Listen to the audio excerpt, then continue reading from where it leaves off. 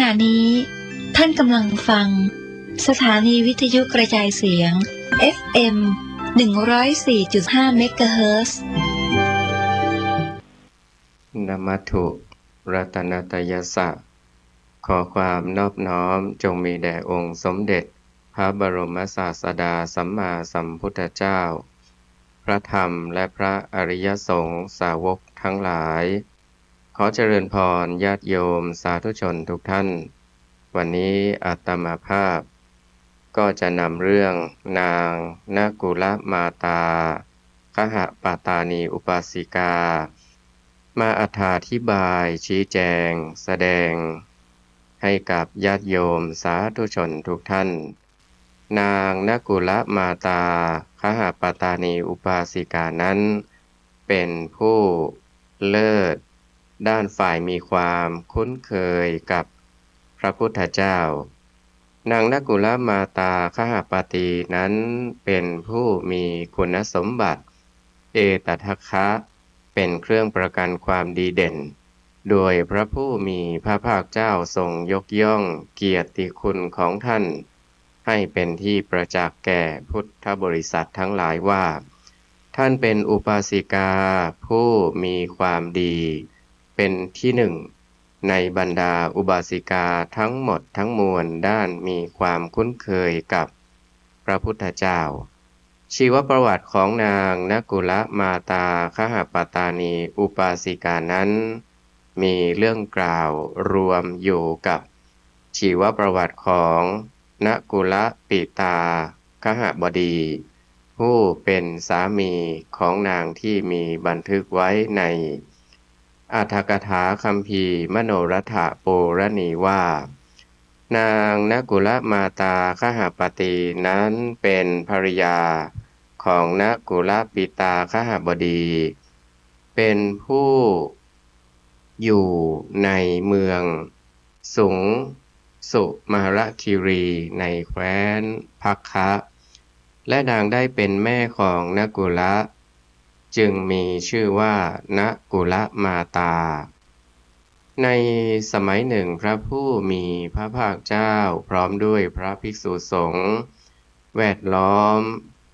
แล้วพระองค์ก็เสด็จไปที่เมืองสุงสุมาราคีรีแล้วประทับอยู่ในเพสกลาวันครั้งนั้นนางนากุลมาตาคหปตีได้ร่วมกับนากุลปิตาคฤหบดีสามีพร้อมด้วยชาวเมืองสุงสุมาราคีรีพากันไปที่สำนักของพระผู้มีพระภาคเจ้าและพอได้เห็นพระผู้มีพระภาคเจ้าในครั้งแรกเท่านั้นบุคคลทั้งสองคือนางนากุลมาตาคหปตานีและสามีของนางก็เกิดความทรงจำได้ว่าพระพุทธเจ้าเป็นบุตรของตนจึงหมอบลงแทบพระยุคลบาทกราบทูลว่าข้าแต่พระลูกเอ๋ยพระองค์ทรงทอดทิ้งมารดาบิดาไว้ตลอดกาลนานถึงเพียงนี้แล้วจะเสด็จไปที่ไหนพระเจ้าข้ามีเรื่องเล่าว่านางนากุลมาตาคหปตีนี้ได้คุ้นเคยเป็นมารดาของพระทศพลมา500 ชาติเป็นน้ามา500 ชาติเป็นป้ามา500 ชาติและเป็นอามาถึง500 ชาติส่วนท่านนากุลปิตาคหบดีนั้นก็ได้เคยเป็นบิดาของพระพุทธเจ้าและได้เป็นอยู่ในฐานะอื่นอีกเหมือนกันเพราะเหตุนี้บุคคลทั้งสองเป็นผู้มีความรักอันสืบต่อเนื่องมาแล้วตลอดกาลอันนานครั้นพอได้เห็นพระผู้มีพระภาคเจ้าจึงได้เกิดความรู้สึกสนิทสนมเข้าใจว่าพระพุทธเจ้าเป็นบุตรของเราจึงกราบทูลขึ้นอย่างนั้นแล้วท่านทั้งสองไม่อาจดำรงสติไว้ได้ พระผู้มีพระภาคเจ้าก็มิได้ทรงขับไล่บุคคลทั้งสองให้หลีกไปตลอดเวลาที่จิตของบุคคลทั้งสองยังไม่รู้สึกตัวต่อเมื่อพระองค์ทรงทราบถึงอัธยาศัยนิสัยใจคอของท่านทั้งสองผู้ได้สติมีความรู้สึกตัวแล้วเป็นผู้วางใจเป็นกลางได้แล้วจึงทรงแสดงธรรมโปรดในเวลาที่พระผู้มีพระภาคเจ้าทรงแสดงธรรมจบบุคคลทั้งสองได้บรรลุพระโสดาปัตติผลและเรียกผู้ได้บรรลุว่าพระโสดาบันนับเป็นพระอริยบุคคลชั้นต้นที่มีทั้งหมด5 ชั้น4 ชั้นนับตั้งแต่บุคคลทั้งสองได้เป็นพระโสดาบันแล้วได้ตั้งอาสนะในบ้านของตนขึ้นไว้500 ที่สำหรับเป็นที่นั่งของพระภิกษุสงฆ์500 รูปที่มาประจำทุกวันมีพระพุทธโอวาทเป็นข้อธรรมะที่พระผู้มีพระภาคเจ้าทรงแสดงเทศนาโปรดนางนกุลมาตาคหปตานีโดยมีข้อความบันทึกไว้ในบาลีนกุลสูตรอันเป็นพระสูตรว่าด้วยคุณธรรมของมาตุคามแห่งอุโปสถวรรคคัมภีร์อังคุตตรนิกายอัฏฐกนิบาตที่กล่าวถึงผู้จะได้เป็นสหายของเทวดาดังนี้สมัยหนึ่งพระผู้มีพระภาคเจ้าประทับอยู่ณเพสกะลามิคทายวันแขวงภคชนบทครั้งนั้นนางนกุลมาตาคหปตานีไปเข้าเฝ้าพระผู้มีพระภาคเจ้าถึงที่ประทับถวายบังคมแล้วจึงนั่งลงในสถานที่ที่ควรส่วนข้างหนึ่ง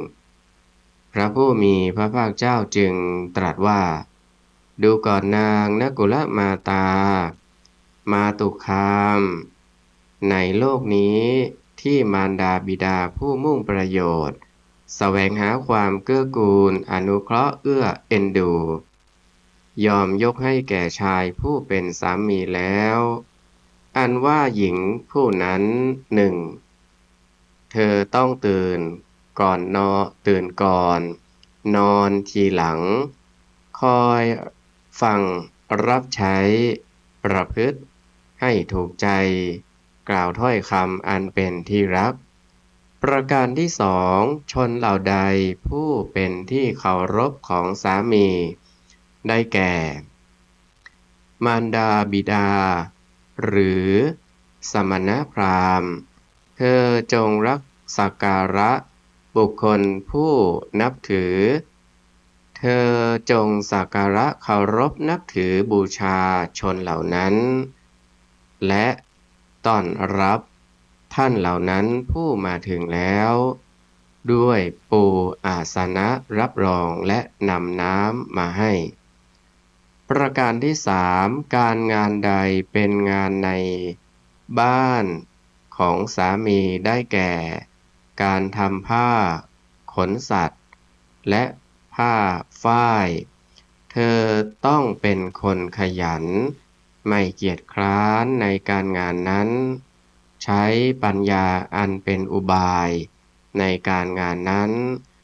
โดยสามารถจัดทำให้ได้ประการที่สี่ย่อมรู้อาการของคนภายในผู้เป็นไข้ว่ามีอาการดีขึ้นหรือทรุดหนักลงประการที่สี่ย่อมแบ่งปันของกินและของใช้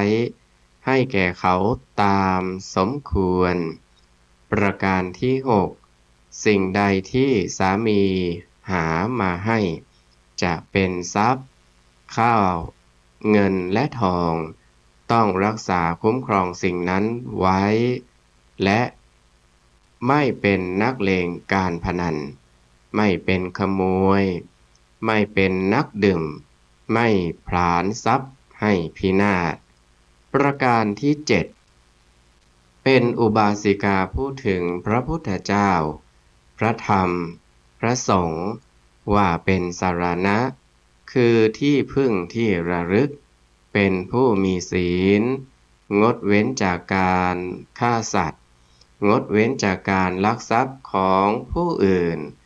งดเว้นจากการประพฤติผิดต่อลูกและสามีคนผู้อื่นงดเว้นจากการพูดเท็จและงดเว้นจากการดื่มน้ำเมาได้แก่สุราเมรัยและของมึนเมาอันเป็นที่ตั้งแห่งความประมาทประการที่8เป็นผู้มีการบริจาคมีใจปราศจากมลทินได้แก่ไม่มีความตระหนี่อยู่ครองเรือนมีจาคะการเสียสละพร้อมที่จะให้ปันมีฝ่ามือที่ล้างแล้วเพื่อเตรียมให้ทานยินดีในการเสียสละเป็นผู้ควรแก่การขอยินดีในการจำแนกแจกจ่ายทานดูก่อนนางนกุลมาตามาตุคามประกอบด้วยธรรมะ8ประการนี้เมื่อตายไปย่อมได้เข้าไปเป็นสหายของเทวดาเหล่าผู้เป็นมนาปกายิกาก็คือความมีกายอันเป็นที่ชอบใจสุภาพสตรีผู้มีความรอบรู้ย่อมไม่ดูหมิ่นสามีเป็นผู้หมั่นเพียรขวนขวายอยู่เป็นนิจเลี้ยงตนอยู่ทุกเมื่อให้ความปรารถนาทั้งปวงไม่ทำให้สามีขุ่นเคืองด้วยถ้อยคำแสดงความหึงหวงและย่อมบูชาผู้ที่ควรเคารพทั้งปวงของสามีเป็นผู้ขยันไม่เกียจคร้านสงเคราะห์คนข้างเคียงประพฤติตนเป็นที่พอใจของสามีรักษาทรัพย์ที่สามีหามาได้ไว้นารีใดย่อมประพฤติตามความชอบใจของสามีอย่างนี้นา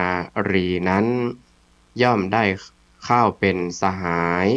ของเทวดาเหล่ามนาปกายิกามีเรื่องของนางนกุลมาตาคหปตานีที่แสดงถึงความเป็นผู้มีความรู้ความสามารถในการกล่าวแนะนำสามีไม่ให้มีความอาลัยแม้พระผู้มีพระภาคเจ้าก็ตรัสรับรองคุณความดีของนางคหปตานีดังมีข้อความปรากฏอยู่ในบาลีนกุลสูตรพระสูตรว่าด้วยคำตักเตือนของนางนกุลมาตาคหปตานีแห่งสารานิยทิวรรคคัมภีร์อังคุตรนิกายฉักกานิบาตว่าสมัยหนึ่งพระผู้มีพระภาคเจ้าประทับอยู่ที่เพสกะมิคทายวันคือป่าเป็นที่อาศัยของนางยักษ์ชื่อว่าเพสกะลาสำหรับเป็นสถานที่ให้อภัยแก่หมู่เนื้อใกล้เมืองสุงสุมาราคิรีในแคว้นภัคคะในครั้งนั้นนกุลปิตาคหปตีป่วยเป็นไข้มีอาการหนักมากฝ่ายนางนกุลมาตาคหปตานีจึงบอกนกุลปิตาคฤหบดีสามีว่าท่านคฤหบดีขอท่านอย่าตายโดยมีความห่วงใยเลยเพราะการตายโดยมีความห่วงใยย่อมเป็นทุกข์ ทั้งเป็นการตายที่พระผู้มีพระภาคเจ้าก็ทรงติเตียนท่านคฤหบดีท่านคงนึกห่วงใยว่าเมื่อเราล่วงลับไปแล้วนางนกุลมาตาคหปตานีจะสามารถเลี้ยงเด็กๆและดูแลบ้านเรือนได้หรือท่านไม่ควรเห็นอย่างนี้เพราะดิฉันฉลาดในการปั่นฝ้ายทำขนสัตว์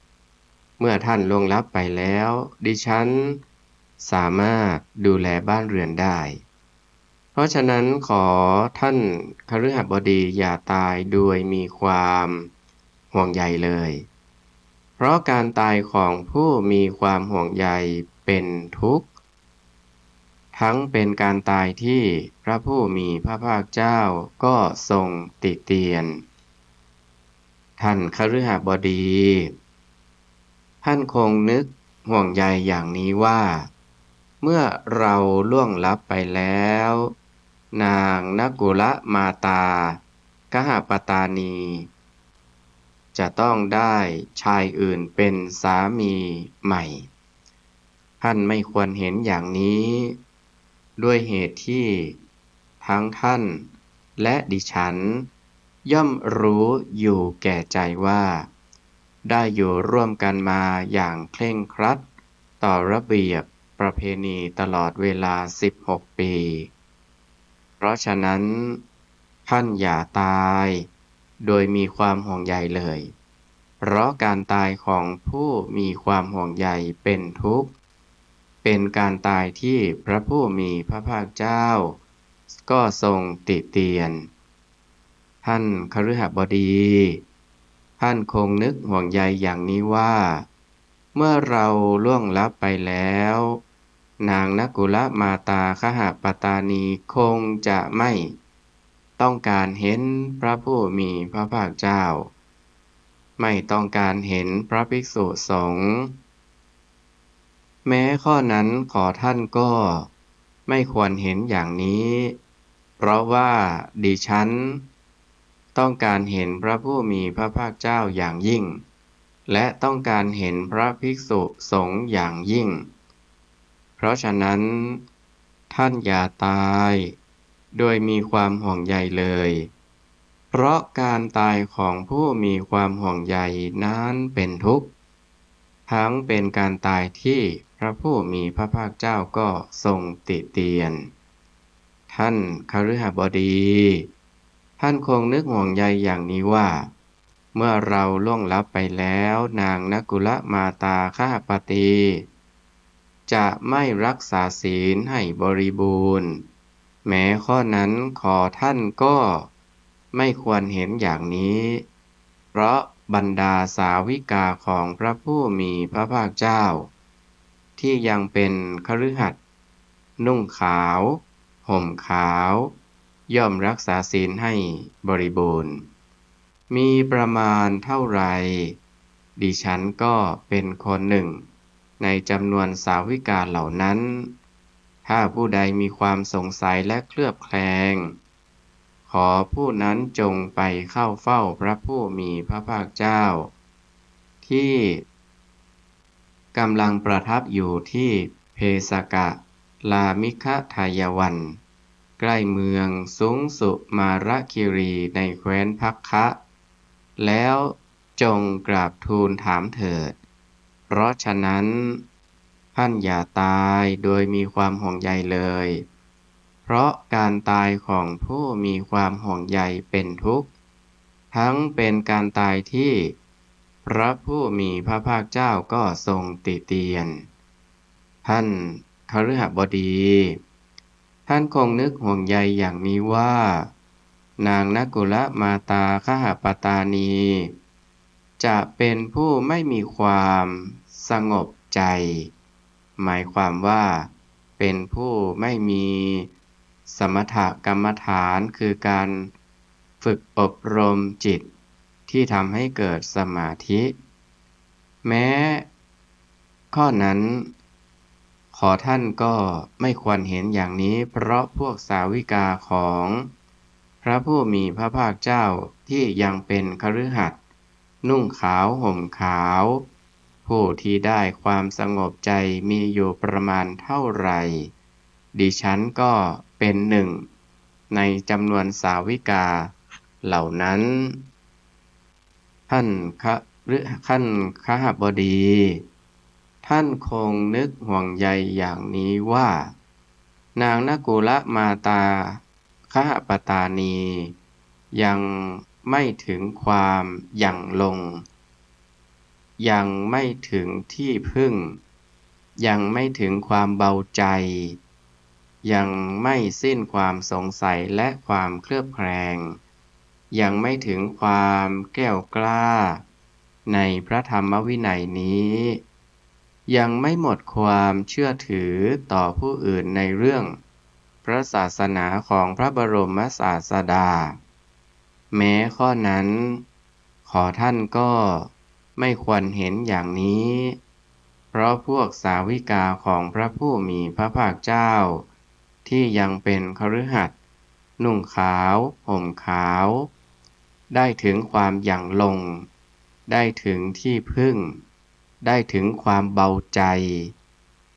สิ้นความสงสัยและความเคลือบแคลงถึงความแก้วกล้าในพระธรรมวินัยนี้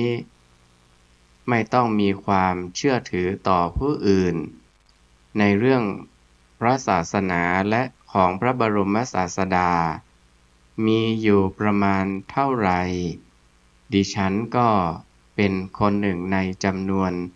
สาวิกาเหล่านั้นเมื่อนกุลปิตาคฤหบดีได้รับฟังคำตักเตือนของนางนกุลมาตาคหปตานีแล้วความเจ็บไข้นั้นก็สงบระงับไปโดยเร็วพลันและนกุลปิตาคฤหบดีได้หายจากการเจ็บไข้ได้ป่วยที่มีอาการหนักนั้นครั้นนกุลปิตาคฤหบดีหายจากความเจ็บไข้แล้วไม่นานได้ถือไม้เท้ายันไปเข้าเฝ้าพระผู้มีพระภาคเจ้าอย่างที่ประทับถวายบังคมแล้วจึงนั่งลงในที่ควรส่วนข้างหนึ่งพระผู้มีพระภาคเจ้าจึงตรัสกับนกุลปิตาคฤหบดีว่าดูก่อนคฤหบดีท่านได้ลาภอันดีที่นางนกุลมาตาคหปตานีเป็นผู้อนุเคราะห์ท่านมุ่งหวังประโยชน์เพื่อท่านกล่าวตักเตือนสั่งสอนท่านดูก่อนคฤหบดีพวกสาวิกาของตถาคตที่ยังเป็นคฤหัสถ์นุ่งขาวห่มขาวมีอยู่ประมาณเท่าใดที่เป็นผู้กระทำให้บริบูรณ์ในศีลทั้งหลายได้รับความสงบใจได้ถึงความหยั่งลงได้ถึงที่พึ่ง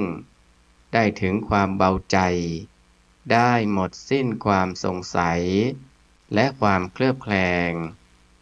ได้ถึงความแกล้วกล้าในพระธรรมวินัยนี้ไม่ต้องเชื่อถือผู้อื่นในเรื่องพระศาสนามีอยู่ประมาณเท่าไหร่นางนกุลมาตาคหปตานีก็เป็นคนหนึ่งในจำนวนสาวิกาเหล่านั้นดูก่อนคฤหบดีท่านได้ลาภที่ดีแล้วที่นางนกุลมาตาคหปตานีเป็นผู้อนุเคราะห์มุ่งหวังประโยชน์เพื่อท่านกล่าวตักเตือนสั่งสอนท่านคำกล่าวตักเตือนของนางนกุลมาตาคหปตานีนี้มีคำอธิบายความหมายอยู่ในอรรถกถาคัมภีร์มโนรัฐปุรณีดังนี้ นางนกุลมาตาคหปตานีได้พยายามรักษานกุลปิตาคหปตีแล้วแต่ไม่สามารถทำให้ความเจ็บไข้สงบระงับทุเลาลงได้นางจึงนั่งลงในที่ใกล้ที่สามีที่นอนป่วยอยู่นางหวังจะระงับความเจ็บไข้ที่สามีเป็นอยู่ด้วยสัจจกิริยาคือการตั้งความสัตย์ต่อหน้าสามีโดยปรารภคุณความดีของตนอย่างองอาจด้วยองค์3ประการกับทั้งได้กล่าวอ้างถึงพระพุทธเจ้าเป็นพยานแล้วได้กระทำสัจจกิริยาโดยอ้างถึงคุณธรรมทั้งหลายมีศีลเป็นต้นของตนเองด้วยคำสัตย์นี้ขอให้ความเจ็บไข้ในร่างกายของท่านคฤหบดีจงหายไปและเกิดความสุขสบายขึ้นเถิดในที่สุดนกุลปิตาคฤหบดีก็หายจากความเจ็บไข้ที่มีอาการหนักนั้นนกุลปิตาคฤหบดีและนางนกุลมาตาคหปตานีก็ได้เข้าเฝ้ากราบทูลถึงความปรารถนาที่จะให้ได้พบกันในชาตินี้และชาติหน้าแล้วพระผู้มีพระภาคเจ้าตรัสหลักธรรมที่จะทำให้สามีและภรรยาได้พบกันดังมีข้อความกล่าวไว้ในบาลีสมชีวิสูตรคัมภีร์อังคุตรนิกายจตุกานิบาตและในอรรถกถาคัมภีร์มโนรัฐปุรณีว่าครั้นการล่วงมานานมาจนบุคคลทั้งสองมีความแก่ชรามากแล้วพระผู้มีพระภาคเจ้า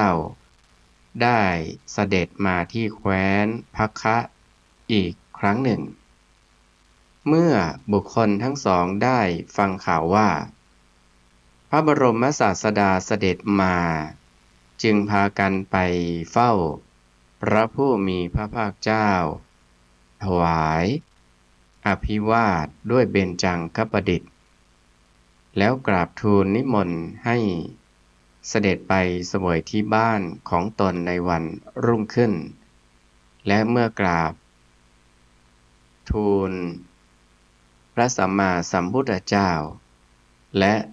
เมื่อทราบว่าพระผู้มีพระภาคเจ้าทรงรับนิมนต์แล้วจึงกราบถวายบังคมลากลับไปในวันรุ่งขึ้นพระผู้มีพระภาคเจ้าพร้อมด้วยพระภิกษุสงฆ์เสด็จถึงบ้านของบุคคลทั้งสองแล้วบุคคลทั้งสองได้ช่วยกันอังคาดคือถวายอาหารแก่พระภิกษุสงฆ์มีพระพุทธเจ้าทรงเป็นประมุขโดยเคารพด้วยโภชนาอาหารทั้งหลายอันมีรสเลิศต่างๆแล้วจึงพากันไปเข้าเฝ้าพระผู้มีพระภาคเจ้าผู้ทรงกระทำภัตกิจเสร็จแล้วและนั่งลงณที่ควรส่วนข้างหนึ่งนกุลปิตาคฤหบดีได้กราบทูลขึ้นก่อนว่าข้าแต่พระผู้มีพระภาคเจ้านับตั้งแต่พวกญาติได้นำนางนกุลมาตาคหปตานีผู้กำลังสาวมาเพื่อฆ่าพระองค์ผู้ยังหนุ่มแน่นอยู่จนกระทั่งบัดนี้ข้าพระองค์ไม่เคยรู้สึกว่านางนกุลมาตาคหปตานีประพฤตินอกใจข้าพระองค์แม้เพียงด้วยใจคิดเลยเพราะฉะนั้นการประพฤติล่วงทางกายจึงไม่มี ข้าแต่พระผู้มีพระภาคเจ้าข้าพระองค์ทั้งสองมีความปรารถนาเพื่อพบเห็นซึ่งกันและกันในชาตินี้และปรารถนาเพื่อจะพบกันอีกในชาติหน้าด้วยพระเจ้าข้าฝ่ายนางนกุลมาตาคหปตานีก็ได้กราบทูลกับพระผู้มีพระภาคเจ้าขึ้นว่าข้าแต่พระองค์ผู้ทรงพระเจริญนับแต่หม่อมฉันกำลังอยู่ในวัยสาวได้ถูกพวกญาตินำมาแล้วเพื่อให้เป็นภรรยาของนกุลปิตาคฤหบดีผู้ที่กำลังยังหนุ่มแน่นอยู่ทีเดียวหม่อมฉันไม่ได้มีความรู้สึกว่านกุลปิตาคฤหบดีประพฤตินอกใจแม้เพียงด้วยใจคิดเลยเพราะฉะนั้นการที่จะประพฤติล่วงเกินนอกใจทางกายจึงไม่มีข้าแต่พระผู้มีพระภาคเจ้าหม่อมฉันทั้งสองขอปรารถนาเพื่อพบเห็นกันซึ่งกันและกันทั้งในชาตินี้และขอปรารถนาเพื่อให้ได้พบกันอีกในชาติหน้าด้วยพระเจ้าข้าพระผู้มีพระภาคเจ้าตรัสว่าดูก่อนคฤหบดีคหปตานีข้าภรรยาและสามีมุ่งหวังที่จะพบกันทั้งในชาติปัจจุบันนี้และในชาติหน้าอีกบุคคลทั้งสองต้องเป็นผู้มีศรัทธาเสมอกันมีศีลเสมอกันมีจาคะเสมอกันและมีปัญญาเสมอกันภรรยาและสามีทั้งสองคนนั้นย่อมได้พบกันทั้งในชาติปัจจุบันนี้และในชาติหน้าอีกครั้นพระผู้มีพระภาคเจ้าตรัสดังนี้แล้วจึงตรัสพระคาถาธรรมะเหล่านี้ว่าภรรยาและสามีทั้งสองคนเป็นผู้มีศรัทธาเป็นผู้ยินดีในการให้ทานเป็นผู้สำรวมเป็นผู้หาเลี้ยงชีพโดยชอบธรรมเจรจาถ้อยคำที่น่ารักแก่กันและกันย่อมมีความเจริญรุ่งเรืองมากมีความผาสุกความสำราญภรรยาและสามีทั้งสองฝ่ายมีศีลเสมอกันรักใคร่กันมากไม่มีใจร้ายต่อกันประพฤติธรรมะในโลกนี้แล้วทั้งสองฝ่ายเป็นผู้มีศีลและความประพฤติเสมอกันย่อมเป็นผู้เสวยกามารมณ์ย่อมไปเพลิดเพลินบันเทิงใจอยู่ในเทวโลกอันหนึ่งท่านโบราณอาจารย์ผู้รู้อัตถ์ผู้รู้ธรรมได้อธิบายขยายความบาลีไว้ว่าคำว่ามีศรัทธาเสมอกันได้แก่เป็นผู้มีความเชื่อถือเหมือนกันเช่นเชื่อบาปบุญคุณโทษเหมือนกันเชื่อพระพุทธศาสนาเหมือนกันคำว่ามีศีลเสมอกันได้แก่มีการรักษาศีลคือสำรวมระวังกายวาจาให้เรียบร้อยเป็นปกติทั้งภรรยาและสามีคำว่ามีการบริจาคเสมอกันได้แก่ชอบการให้ทานทำบุญเหมือนกันคำว่ามีปัญญาเสมอกันได้แก่รู้จักบาปและบุญคุณและโทษเหมือนกันโดยรู้จักละบาปและเห็นสิ่งที่เป็นโทษ ทั้งรู้จักบำเพ็ญบุญกุศลและกระทำสิ่งที่เป็นคุณประโยชน์ทั้งสองฝ่ายคือทั้งตนเองและผู้อื่นการที่จะกระทำได้ครบทั้งสี่ประการเหล่านี้ทั้งฝ่ายภรรยาและสามีย่อมเป็นสิ่งที่กระทำได้ยาก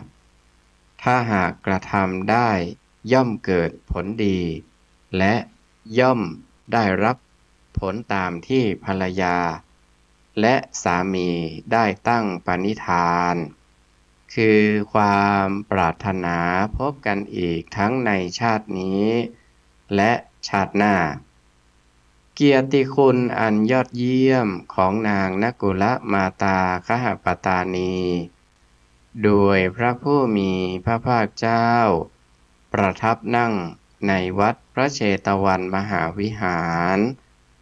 ทรงประกาศแต่งตั้งให้เป็นหนึ่งในบรรดาอุบาสิกาทั้งหมดตามที่มีข้อความบันทึกไว้ในบาลีคัมภีร์อังคุตตรนิกายเอกนิบาตว่าดูก่อนภิกษุทั้งหลายนกุลมาตาคหปตานีเป็นเอตทัคคะ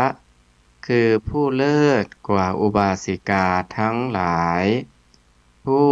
เป็นอุบาสิกาของตถาคตฝ่ายมีความคุ้นเคยกับพระพุทธเจ้า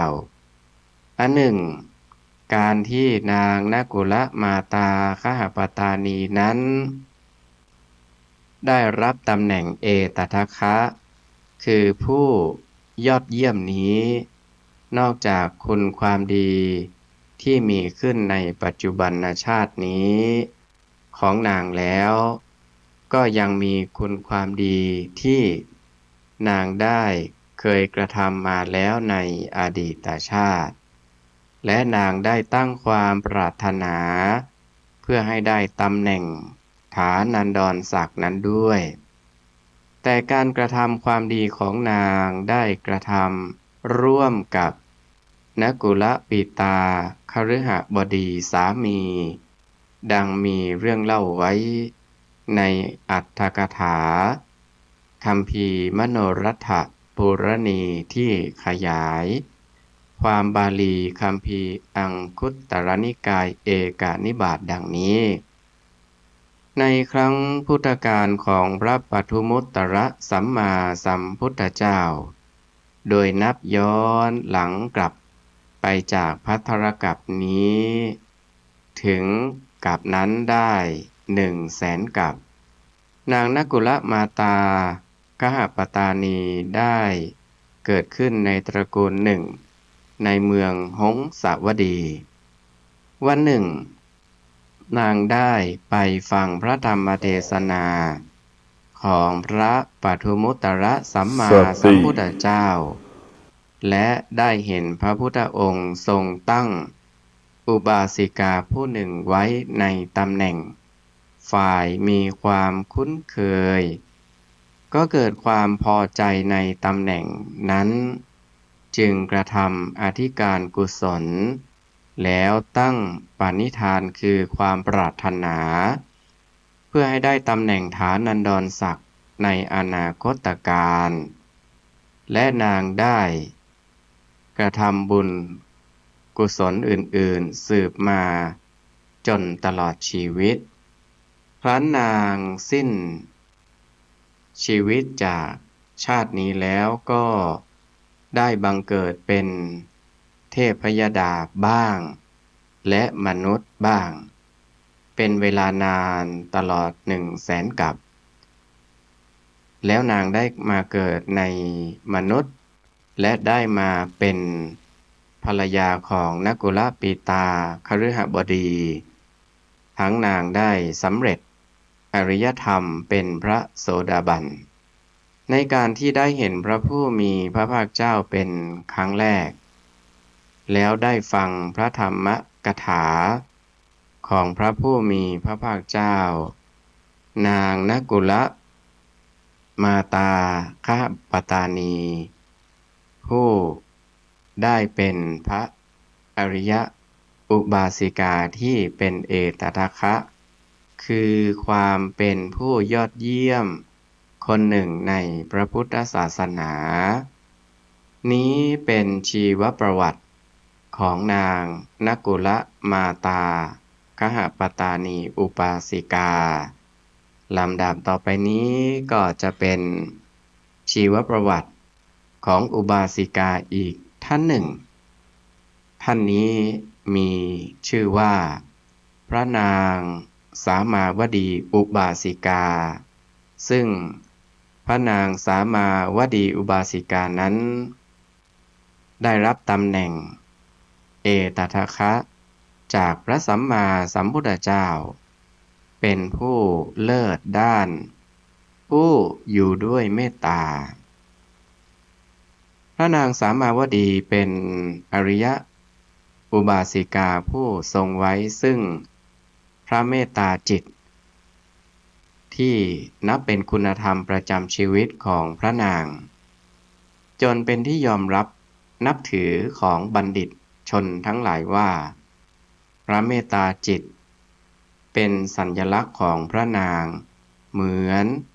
มีตราประทับรับรองคุณภาพแห่งความดี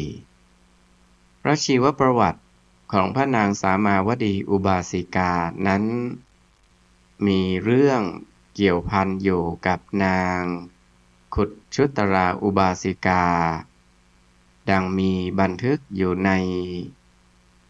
อรรถกถาคัมภีร์มโนรัฐปุรณีที่ขยายความบาลีคัมภีร์อังคุตตรนิกายเอกานิบาตดังนี้ในอดีตชาติอุบาสิกาทั้งสองคือนางขุชุตรากับนาง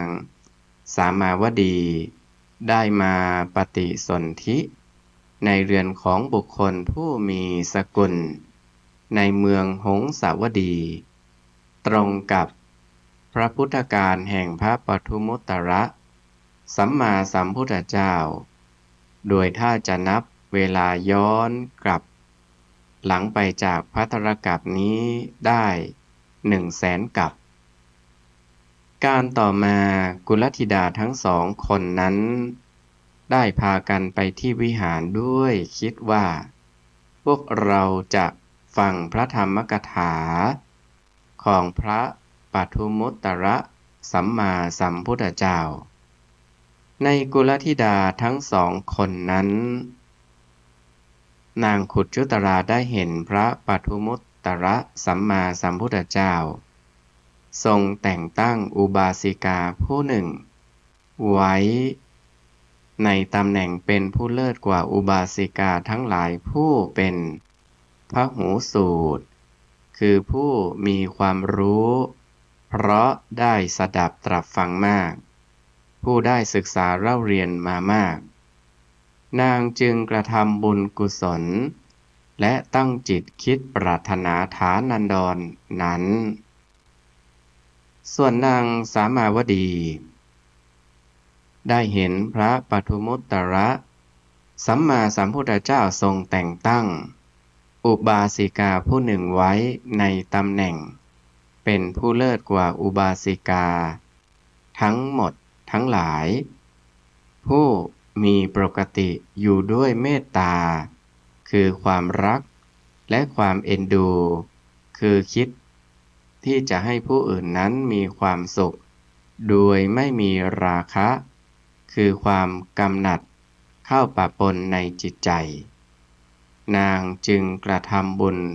ทำกุศลแล้วตั้งจิตคิดปรารถนาฐานันดรนั้นหลังจากที่กุลธิดาทั้งสองคนนั้นตั้งความปรารถนาฐานันดรก็ได้กระทำบุญกุศลสืบต่อเนื่องมาจนตลอดชีวิตและเมื่อกุลธิดาทั้งสองคนสิ้นชีวิตแล้วได้ไปเกิดในเทวโลกและได้ท่องเที่ยวเกิดเป็นเทวดาและมนุษย์ทั้งหลายเหล่านั้น จนกระทั่งการผ่านไปได้100,000กับก็ในสมัยนั้นกุลธิดาทั้ง2 คนนั้นก็คือนางขุชุตราเทพธิดาจุติจากเทวโลกมาปฏิสนธิในครรภ์แห่งหญิงแม่นมในเรือนของโคสกะเศรษฐีนางเป็นขุดชาคือคนค่อมเหตุนั้นพวกญาติจึงตั้งชื่อว่าขุดชุตรานางอุตราผู้มีลักษณะค่อมฝ่ายสามาวดีเทพธิดาก็ได้จุติจากเทวโลกแล้วมาปฏิสนธิเกิดขึ้นในเรือนของภัททวดีเศรษฐีในแคว้นภัททวดี พวกญาติตั้งชื่อว่าสามาแปลว่าทองชีวประวัติของพระนางสามาวดีตอนต่อไปนี้นอกจากมีกล่าวอยู่ในอรรถกถาคัมภีร์มโนรัฐฐปูรณีแล้วยังมีกล่าวอยู่ในอรรถกถาคัมภีร์ธรรมบทแห่งอัปปมาทวรรคอันว่าด้วยความไม่ประมาทในเรื่องพระนางสามาวดีว่าในครั้งนั้นภัททวดียะเศรษฐีคุณพ่อของนางสามาได้เป็นเพื่อนกับโคสกะเศรษฐีแต่ว่าท่านทั้งสองคนเป็นเพื่อนที่ไม่เคยพบเห็นกันเลยมูลเหตุที่เศรษฐีทั้งสองคนจะได้เป็นเพื่อนกันนั้นโคสกะเศรษฐีได้ฟังสมบัติและวัยรวมถึงประเทศของภัททวดียะเศรษฐีจากพ่อค้าที่มาจากแคว้นภัททวดีเมื่อต้องการเป็นสหายกับภัททวดียะเศรษฐีจึงส่งเครื่องบรรณาการไปให้บ้างเป็นอันว่าเศรษฐีทั้งสองคนนั้นได้เป็นสหายที่ไม่เคยพบเห็นหน้ากันเลยนอกจากมีบรรณาการเป็นสื่อสัมพันธ์จะขอนำเรื่องความเป็นมาของโคสกะเศรษฐีมาเล่าไว้ในตอนนี้ก่อนเพราะเป็นตระกูลเศรษฐีที่มีความเกี่ยวเนื่องกับเรื่องอนาคตของนางสามาผู้จะได้มามีชื่อว่าสามาวดีและได้เป็นพระนางสามาวดีในการต่อไปในการก่อนการที่พระพุทธเจ้าของเราทั้งหลายจะทรงอุบัติขึ้นเมื่อทุพภิกขภัยคือภัยอันเกิดจากข้าวยากหมากแพงหรือการขาดแคลนอาหารในบ้านเมืองโดยเฉพาะในแคว้นอันละกะปะมีชายผู้หนึ่งชื่อโกตุหาลิกะไม่อาจเลี้ยงชีวิตอยู่ได้จึงพาภรรยาชื่อนางกาลีและมีลูกอ่อน1 คนได้จัดแจงเสบียงออกเดินทางไปโดยมุ่งหมายว่าจะไปทำมาหากินในเมืองโกสัมพีอาจารย์บางท่านกล่าวว่านายโกตุหาริกะได้ออกไปแล้วในเมื่อมหาชนกำลังตายลงด้วยอหิวาตกโรคโดยในบ้านหลังหนึ่งมีคนตายพร้อมกัน10 คนก็มี20 คนก็มี30 คนก็มีแต่พอจะมีผู้ที่รอดชีวิตได้แก่พวกที่หนีออกไปจากแคว้นอันละกะปะ แต่เมื่อสองสามีภรรยาเดินไปเสบียงอาหารที่จะเอาไปกินระหว่างทางระหว่างเดินทางไกลก็หมดลงในระหว่างทางพอไม่มีอาหารบริโภคก็มีความหิวอิดโรยไม่สามารถจะอุ้มทารกได้ไหวครั้งนั้นนายโกตุหาริกะจึงบอกนางกาลีว่านี่แน่กาลีถ้าเรามีชีวิตอยู่ก็จะได้ลูกอีกเราทิ้งลูกแล้วไปกันเถิดความจริงดวงใจของแม่ย่อมอ่อนโยนเพราะฉะนั้นนางกาลีจึงพูดว่าดิฉันไม่อาจทิ้งลูกที่ยังมีชีวิตอยู่ได้หรอกนายโกตุอาริกะจึงถามว่าเมื่อเป็นเช่นนั้นเราจะกระทำอย่างไรเล่านางกาลีกล่าวตอบว่าเราจะต้องเปลี่ยนกันอุ้มไปนางกาลีได้ยกลูกขึ้นอุ้มในวาระของตนเหมือนกับอุ้มประคองพวงมาลัยโดยให้ลูกนอนหลับไว้ที่อกแล้วจึงเปลี่ยนให้นายโกโตฮาริกะความเหนื่อยล้าอันแรงกล้าที่มีมากกว่าความหิวก็ได้เกิดขึ้นกับนายโกโตฮาริกะผู้เป็นสามีในสถานที่ที่เขารับลูกมาอุ้มแล้ววางลงและเขาพูดกับนางกาลีภรรยาแล้วเราว่านี่แน่กาลีถ้าเรามีชีวิตอยู่เราก็จะได้ลูกอีกเราทิ้งลูกเสียเถิดแม่นางกาลีภรรยาพูดห้ามตั้งหลายครั้งเขาก็นิ่งเฉยไม่พูดตอบภรรยาเมื่อทารกถูกเปลี่ยนมือไปมาก็อ่อนเพลียจึงนอนหลับอยู่ในมือของพ่อนายโกตุหริกะสามีรู้ว่าลูกชายนอนหลับแล้วจึงให้นางกาลีภรรยาเดินไปข้างหน้าก่อนแล้วเขาเอาลูกชายนอนบนใบไม้ลาดภายในพุ่มไม้แห่งหนึ่งแล้วจึงเดินตามไปฝ่ายนางกาลีมารดาเลี้ยวกลับมาดูไม่เห็นลูกจึงถามว่าคุณพี่ลูกของเราอยู่ที่ไหนนายโกตุหริกะสามีตอบว่าฉันให้ลูกนอนอยู่ภายใต้พุ่มไม้แห่งหนึ่งนางกาลีภรรยาจึงพูดว่าคุณพี่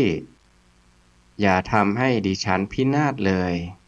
ดิฉันขาดลูกแล้วไม่อาจมีชีวิตอยู่ได้คุณพี่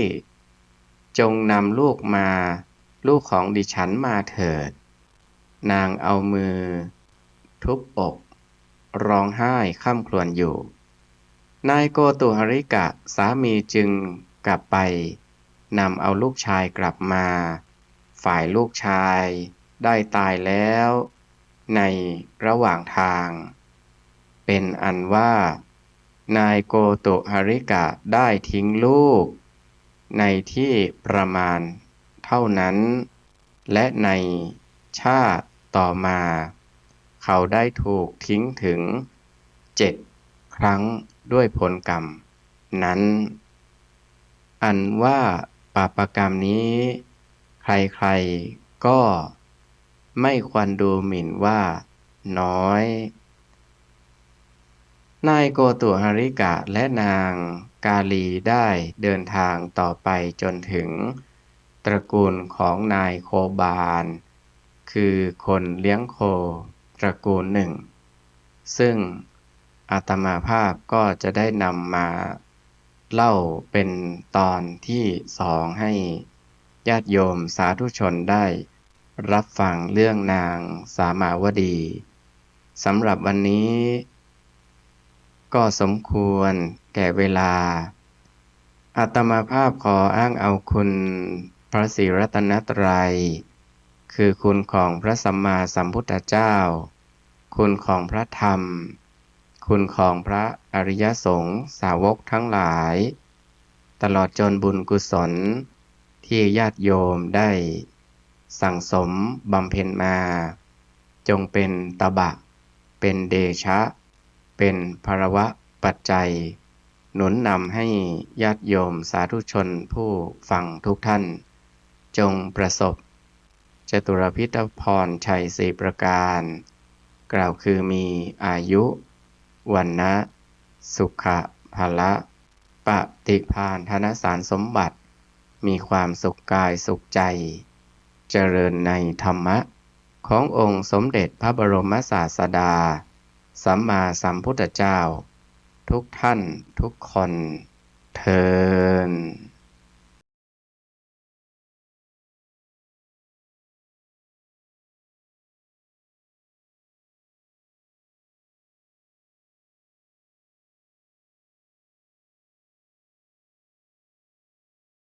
แผ่ควร